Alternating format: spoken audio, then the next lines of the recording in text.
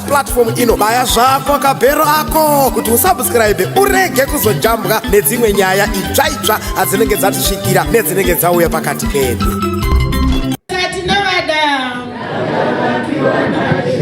Mambo Mutasa tinoda.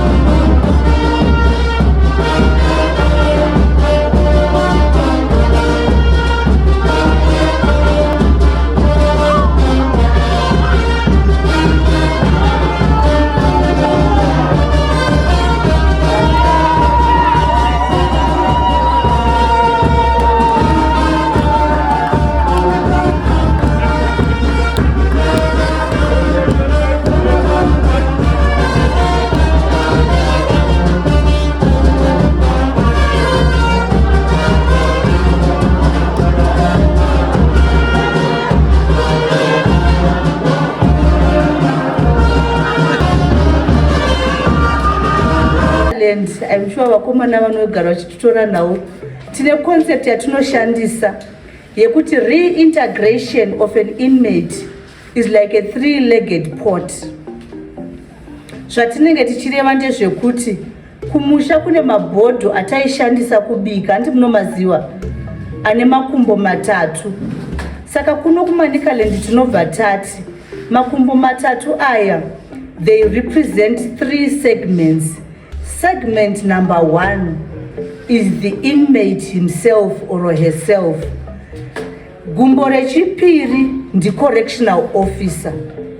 Gumbo rechitatu is the community. Kureva kuti pane chatiri kubika mubhodho umu. Saka makumbo edu akasaenzana kana kuti rimwe rikashayikwa, zvinoitika ndezvekuti chatiri kubika mubhodho chinogona kusaibva, kana kuti chinogona kutsva, kana kuti chinogona kuita mbodza, kana makumbo matatu asipo uye asina kuenzana. Kureva kuti we all play an important part in the rehabilitation and of course eventual reintegration of inmates back into society.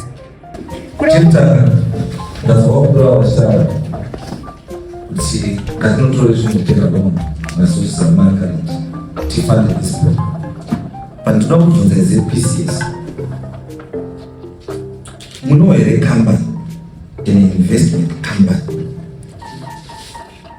Inomirira bandibole because you see all interest bodies. Kuani kuna sungu. In the makanga and international web, they are in partnership. Never minus award. If you go to Shubuki, they are misled. CIO is there. Through my investment companies, I will terrestrial holdings, near Sunu holdings. Or me as ZPCS.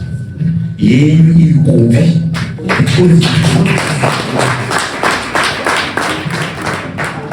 Because you cannot just go to spend a long time. Almost about to marry the father this morning. When I'm not told where, because men there, such a possible way of Torah. Why should I give you? And so promoting, put yourself from going to your ZPCS, infant investment arm, in order to create a Makama. Makama later go into partnership with my investors. Kuru jikoma money. Ami jikoma. CEO jikoma. Asibi is said to be no money in money. You remember cabbage. You call it some cabbage. It's move away. Vauchi. Kukomesa makebeji, kulima makebeji, maiko. Endai kulinda mune wangu, endai kukuridi mune wangu, endai kudayamo mune wangu. Munona zamuto wakazetezo. Hamuto wili skubila, hamuto ufumakwa ya skubila. Mani umuto wakanesha hiyo. That's something million that you need for this program to divide that by 145 right now. Divide 2.1 million by 145. You want to mark this one, I am because if the kg is going for 145,000, so how many kgs do you need? It's about the program. You just need 10 kgs. You just need 10 kgs of code. Programming. And you have to learn everything that you want to do. Now do it. Programming. So I do it. Can I come and you? I never see. Kanamusina form that come back. Your presence in Penaloma, your presence in Shuru, your presence in Mass Central, even official. You enter a proper government program. Title is also even as a ZPCS. Mukaita my minds, my claims, and also there is a PCS. One way our mother was a rehabilitation. No chance.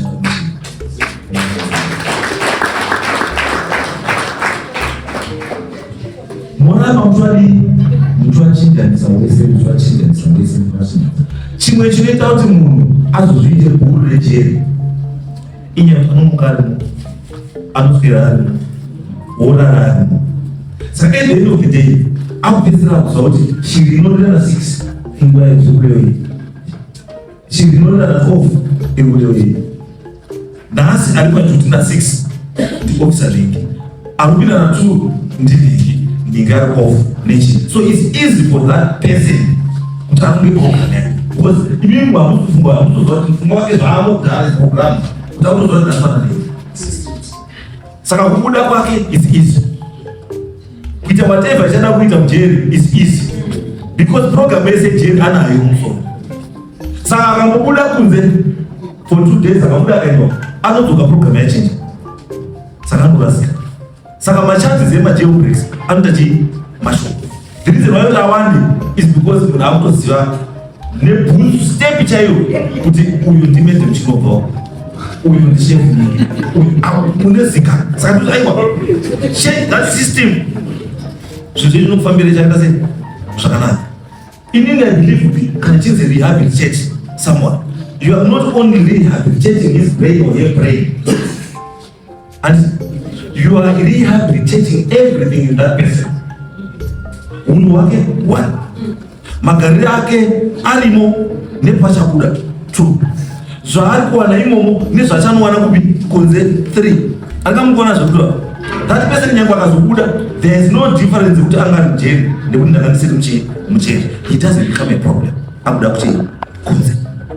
Chechipiri ndechekuti ini ndamugora kuti I don't know kuti mukakachinja sei kakaka kekuti vanhu vari kunzoko unozwa munhu abva kujeri takes pride in the fact kuti ndopfa kuchera. Ukadaonetsana nayo ndokudzokerera kujeri. Jeri handingoti ndokudzokerera kujeri kwakautama nendokudzokerera kujeri. Muona? Mentality yemunhu inokuratidza kuti yakachinja here pakaenda kujeri nokusabva kujeri. Because akuona jeri sechinhu chinoita kuti upenyu hwake kunze kuti sei umire zvakanaka, ufambi, atyiwe, aite zvaanoda, which is wrong. Saka how can you counter that? Kuti munhu akudepo ukasina mentality kuti jeri rakanaka. Munhu ngaabude ikoko nokuti ini now maybe kana munapiwa 5 years or 10 years. Why can't you change the program? Kuti the last year rake reservice rari kuseva is 10 years. That 1 year is dedicated just to rehabilitation. Kana kutongobuda naye kunze chidzo achinoona umwana asachita sei for the year kusvika mazokuti munhu chidzoka kuti munhu iye become a database. Ndokuti tidzotanga kuda munhu iye akuda muchini ngati part of his service, half of it should be dedicated to rehabilitation. Then the other half you dedicate on the musuisa wakuita uya ndisimuita simunokondera mbraenda kuchaya uchase uchibida I don't know but kuti kana angati kuswinyiswa ati half of his service ngekuti ngaite sei ngafiniwe azoti zvakadii zvakaita asi half of it yayo found aone kunaka kwekugara kuchii kunze. Anzo ndinodakazwa kufara pamakatanga nyaya yokuti munhu ari kwasambobuda achinoona vana achinoona mukadzi achidii achitotaura mukadzi newana achidii then he goes back kuchii zvakafanira kuti uri kupa munhu chii kokora ati kuti izwa ndamwa ino munhu iwodi angoti dzikumbita saka chakakana pakuru opati chini pa opachita what have you done to that person? What is appetite yake for that thing? Saka the next thing chapter say after kutotsvaga kokora zvakanyanyisa kudarika zvakaidi zvakanakira matosumudza nezvakakarara. Saka tone izvo zvakanakira pakuti kuti munhu akamboona kudai mai mwana obati akamutarisa kuti mai mwana 6 years ndiri mujeri no order asi zvino ndakutongokuona asi vanhu havasi kundipa mukana kuti sei ndimboti kamu hakuna asi chaita sei takuona andika shamwari zvaitaka chitodzoka motikari andi what have you done? Maita kuti munhu aite neshungu yekuda kubuda kunze because you have tangled chinhu chaanodii chaanoda stereki. Kana kuti mwana wake akatonda kupinda motikari kamwana kakoti pfungwa dzaiza kuti get me be a good boy ndione mukadzi wangu.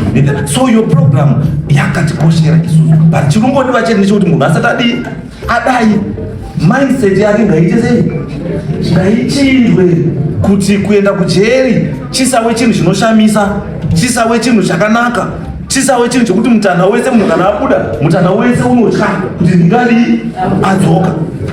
The fact yekuti munhu ari kuti akapinda wodzoka futi and it means that person has kudzidza. So kana chimupa chingwa pakusei muchinjire mupe mangai pakusei ndinoona kuti chiri kunetsa chii chiri kuti aramba ari hardcore yekuti aramba ari kuona kuti kurova munhu kana kuuraya munhu chinhu chakanaka sei aramba ari kuona zvakanaka. It means pane something kona ramusiri kumubata. Inini vanhu vaitofunga kudhara vachitanzi pakuvacho varungu vakaitotsi zvimwe zvaitwa navarungu zvazviri chii zvazviri right and mukatoona kuti uyu munhu yaye habitual criminal haachachinji zvaari andika itai zvamunoita kuti zvino zvapera mari ndokuvaidzwa paya kuti bambwa uedekuwanesa akapinda zvoke chitatu bhatisa Abatiswa. Ovazi, no more feelings, nothing. One more. Issue yakakura community. Saka kuti kana munhu apiwa mukana. Ngasara api achingopiwa mukana. Shikai pamwe paya pekuti self-orientation access denied. Adizo ndio zvandikuda izvi munhu ngapiwe mukana. Asi mukana ngauye uine paunoita sei? Paunogumira kuti bambo hamuiti. Asi ndoda kuti community igare zvakanaka. Pasi bambo kuti wamwana muri kubudisa ritori dambudziko kumadzisheni masabhuku. Kumusha munhu achingobuda kwatone curfew. Because John wakadini wakadzoka. So it means that person acharamba aine huguru hwekufunga kuti ndiri shasha. But isusu toda bvisa huguru hwaunahwo uite munhu akadini. Anyway, thank you very much. Musande zvakanaka.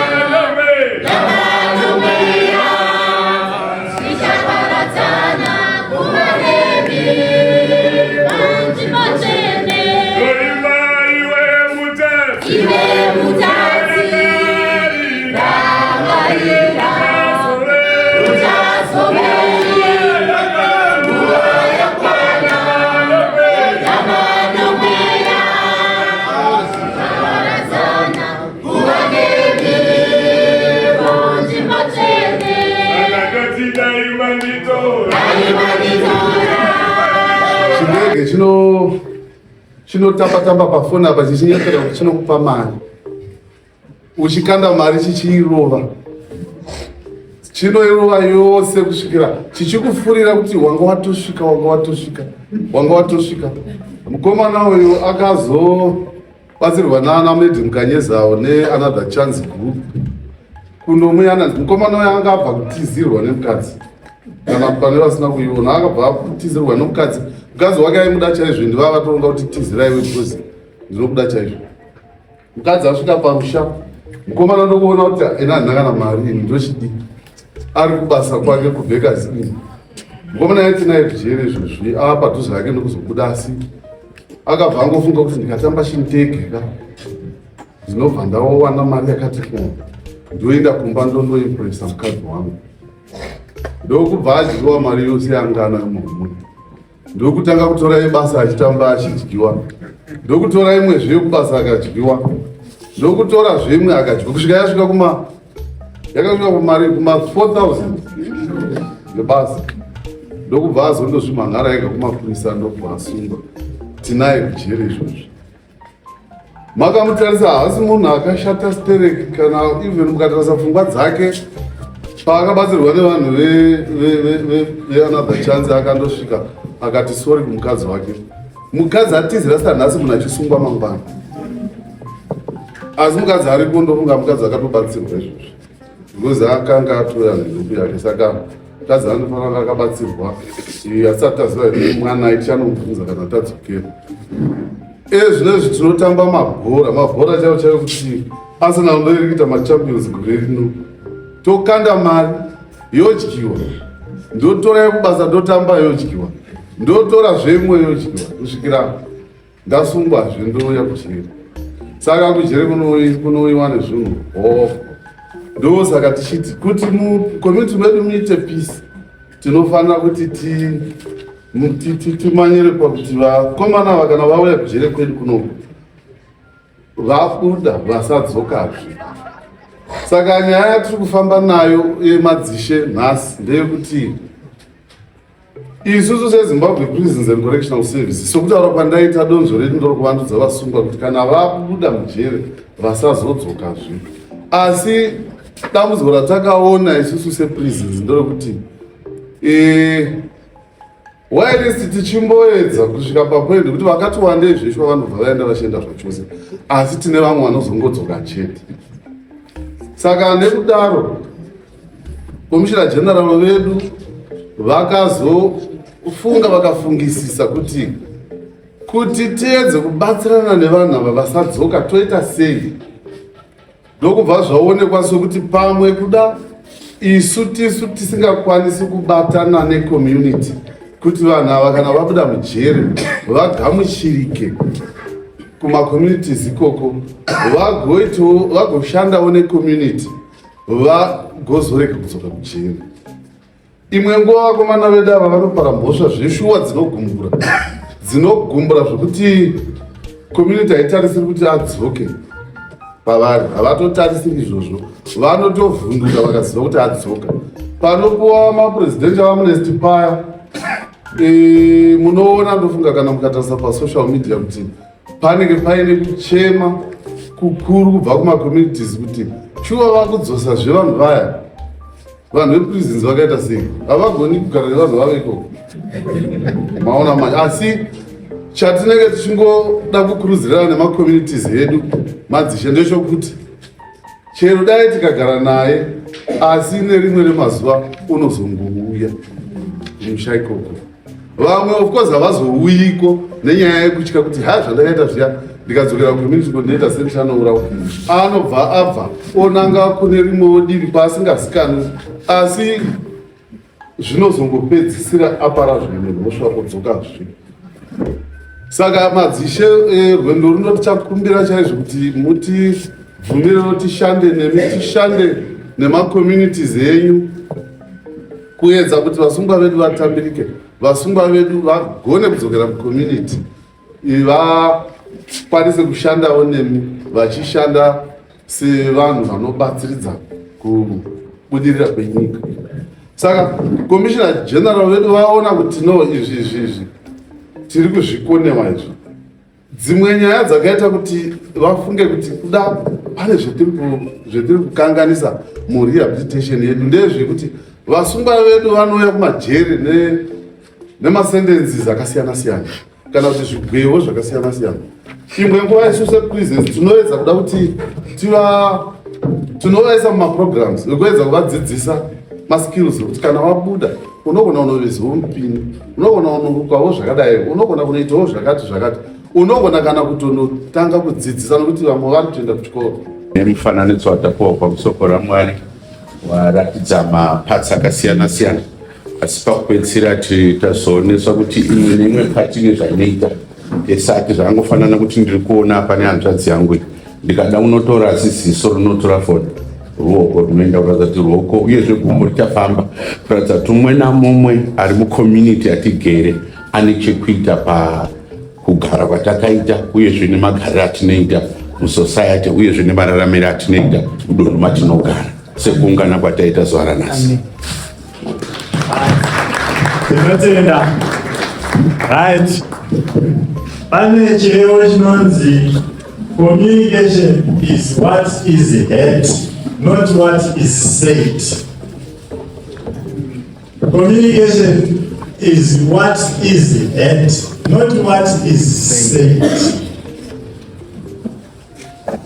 Saka zvandakuita toda kuita exercise kana kudzokera munharaunda kana kuti akuenda mberi nendima timboona kuti zvinorevei kuti communication is what is heard, not what is said. Ndichadaidzira ndinozeredzera ava one word handitika vanofanira kuti vataurire vari panext pavava zvavanzwa.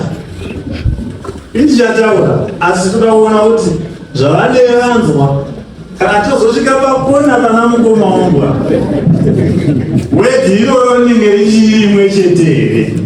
Ati communication is what is said, not what is said. Kuti kana taakuzobuda tichiinda kunharaunda dzedu tinenge tiine shoko rimwe here kana kuti kwete. Ndotanga hangu, I am going to whisper one word to you. The next person is not allowed to say, can you repeat? Unogana ngotaura zvawanzwa izvo. Mutangeremo.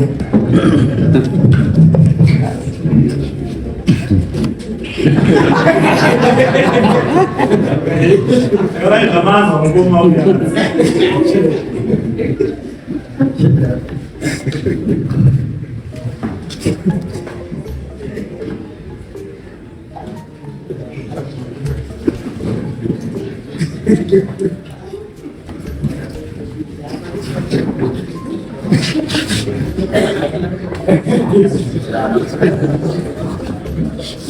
Right, ndavapa mic manje. Vane vachidaidzira zvavanzwa tichidzokera uko tione kuti ava ngoma munyara dzavo zvandataura ndo zvavanzwa. Pitch.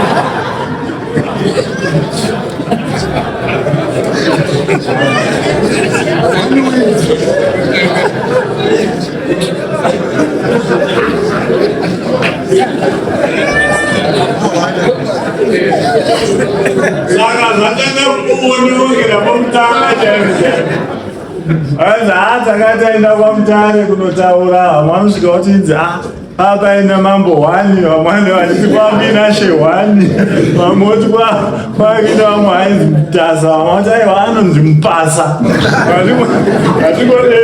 vatingoderwa.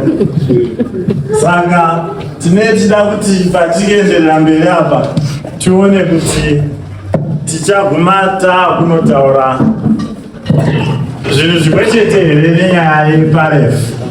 Saka pane presentation yandichaita ndakamiririra PAREF board asi inenge ichibuda uko kufrando.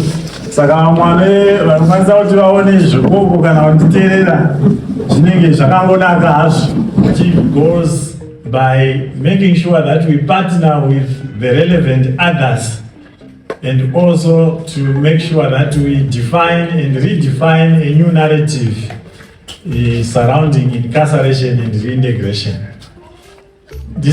Iko zvinoda kumbogara pasi nokuti takuda kuti tisvike pastage yekuti tichiita engage each other, asi tinofanira kuti timbotanga taita something kuti tese tive tiri pamwe chete.